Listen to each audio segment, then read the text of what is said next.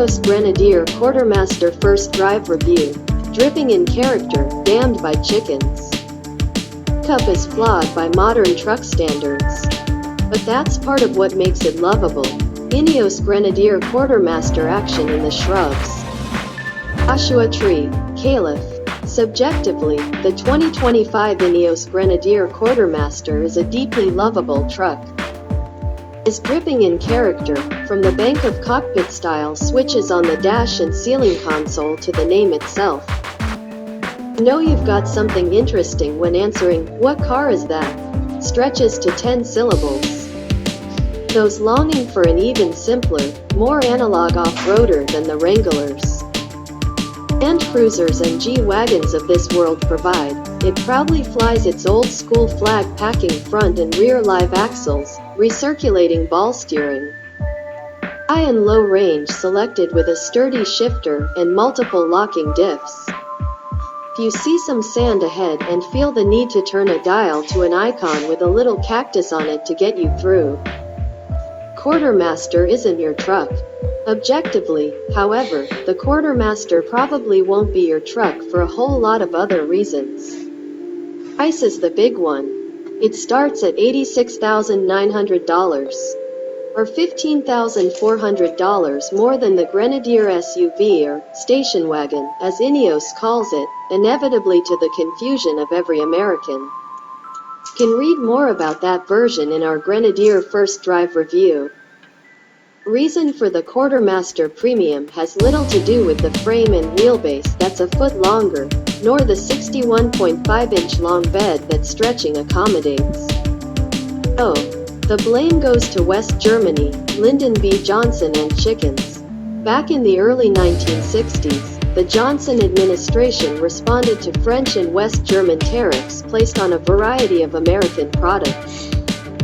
Most notably chickens, with a 25% import tax. The United Auto Workers, meanwhile, wanted to curtail the importation of West German-made Volkswagen commercial vans and pickups. Effectively negotiated with the Johnson administration to apply the chicken tax to such commercial vehicles in exchange for not striking. The auto industry would continue to lobby for its application long after chicken tax tariffs were lifted on other products, thereby making it much harder for Japanese companies, particularly in the 1980s, to import its small trucks. Companies have circumvented the tax in various ways over the years, but Ineos doesn't feel the need to do so for the Quartermaster, which is built in Hambach, France, in an old smart factory. Result is a pickup that's not only far more expensive than its nearly identical SUV sibling, one that can easily stretch past $100,000 with a reasonable selection of options. Doesn't feel like it should. Admittedly, there's no other pickup of its size and power source, gasoline versus electric, in that price range, nor does another off-roader of that price tag offer a pickup bed. Still, it's a tough pill to swallow, at least here in the United States. In Australia, the Quartermaster should have no problem finding homes. Its relatively narrow width and short bed, hot palatial crew cab and old-school off-road capability perfectly match the modern definition of the Aussie ute. Indeed, Ineos anticipates 80% of Grenadier sold down under will be either Quartermasters or the chassis cab variant we won't get. The American venue chosen to showcase the Quartermaster could certainly be mistaken for Australia, albeit with beige dirt instead of red, and Joshua trees in lieu of eucalyptus. Tackling dusty, rocky trails just outside Joshua Tree National Park, often at a decent clip that has the sturdy Grenadier proving resilient to the vicious vibrations caused by washboard surfaces and the solid thwacks of big heaves. The recirculating ball steering rack, the Grenadier's most controversial element, a fact telegraphed by how often the folks at Ineos seem to bring it up. Have been potential customers who said, "No thanks," after giving it a try, no doubt finding the dead on center field. Lack of self-centering and stiff turn and disconcerting and totally different than modern rack and pinion systems. typically with electric power assistance. Younger drivers in particular, who may never have driven a car without EPS, let alone a recirculating ball setup, should find it particularly foreign. They also may find it novel, just one of many throwback analog sensations expected for not only the Grenadier but off-roaders in general. Personally didn't find it that big of deal, and it's certainly not as agricultural as I was expecting. Biggest issue is on center corrections at highway speeds, as well as sudden turns. There was a point while driving at a higher speed in convoy with other quartermasters that the dust ahead cleared to reveal a sudden right turn and a metal fence beyond. Quick decision. I yanked the wheel to the right to be met by a wall of resistance that wouldn't be there with other steering systems. Muscled the two-spoke wheel even further and harder while hitting the long travel brake pedal. Fence avoided, worst case experienced. So why bother with ye old steering? Well, we also did some mountain goating. I've long been trained to not wrap my thumbs around the steering wheel spoke while off-roading, as sudden kickback can, well, break them. That's a rack and pinion thing. It's far less likely to happen with recirculating ball, and indeed, our rock-crawling stints were easy cheese from a steering perspective. Throttle could be difficult to modulate in such situations, however. There's not much reaction with initial throttle tip in, and the delay in response created some anxiety that I'd overgun it and launch the Quartermaster into a boulder. Didn't, but finer pedal feel or a change in throttle application would be appreciated. Perhaps this is related to the Quartermaster sharing its powertrain with cars that are almost the opposite of a body-on-frame, live-axle pickup truck. 3.0-liter turbocharged inline-six is by BMW, it even says so on the hood, and the 8-speed transmission by ZF, both of which go together in umpteen BMWs. Output stands at 281 horsepower and 331 pound-feet of torque, and although the 0 to 60 time is estimated to be as slow by modern standards 8.8 seconds, it certainly doesn't feel as slow as I was expecting. Out on the open road, it gets up to speed smartly with ample low-end torque. Smoothness and sound you'd expect from the Bavarian Motorworks is certainly present, too. That said, the ZF transmission is too quick to upshift while driving at speed uphill. In an attempt to compensate, I instinctively slapped the BMW-sourced transmission lever over to the left to select the sport mode promised by the MS marking, but discovered there is no S, only M.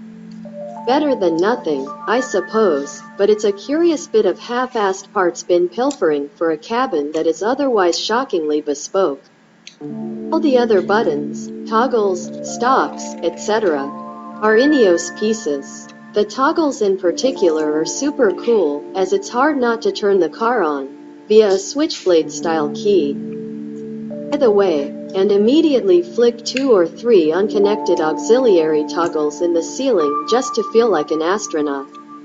I may not be Buzz Aldrin, but I play one on the way to Lowe's. Speaking of such journeys, the Quartermaster bed has a payload capacity of 1,889 pounds, which is about 500 more than a Jeep Gladiator Rubicon. Which is quite obviously the closest thing in concept to the Quartermaster, although the Jeep has a different frame than its own SUV sibling.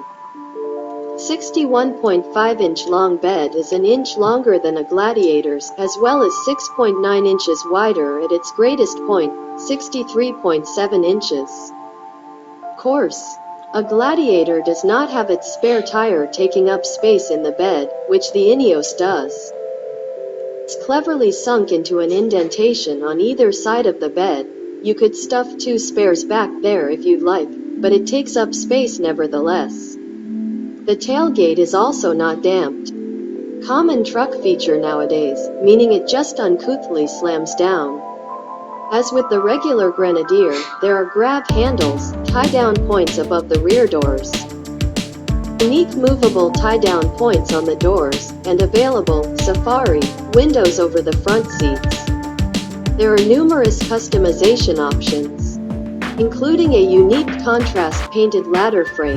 There was a Quartermaster painted Britannia blue with a halo red frame and Scottish white roof that was particularly cool, and numerous accessories, such as an integrated front winch and removable rear winch. Should make for a fun tug of war. The cabin forward of the front seats is common between SUV and Quartermaster. The truck's rear seat back is notably more upright, and it sure seems like passengers will tire quickly of riding along both upright. Legroom is iffy, too, especially if those up front take full advantage of the admittedly appreciated vast seat travel. They do. Hope you like sitting cross-legged. Furthermore, utilizing the fold flat rear seat back for storage requires you to first flip forward the rear seat bottom, which in turn pushes the driver's seat far forward. Either way, not ideal. Other niggles include double-sealed doors that pretty much never close on the first go unless you get in the habit of slamming them. Once inside, there are Tesla-style instruments baked into the center touchscreen, with a panel in front of the driver exclusively devoted to the turn signals and various warning lights that go bonkers when you engage off-road mode. The touchscreen itself, which is a unique user interface that comes equipped with wireless Apple CarPlay and Android Auto, also washed out throughout the day in the intense desert sun. While its placement makes sense for a British company trying to minimize costs by not creating two different angled center stack designs for left and right-hand drive markets, there is definitely a downside. Ultimately, given the Quartermaster's lofty chicken tax price tag, compromised back seat and the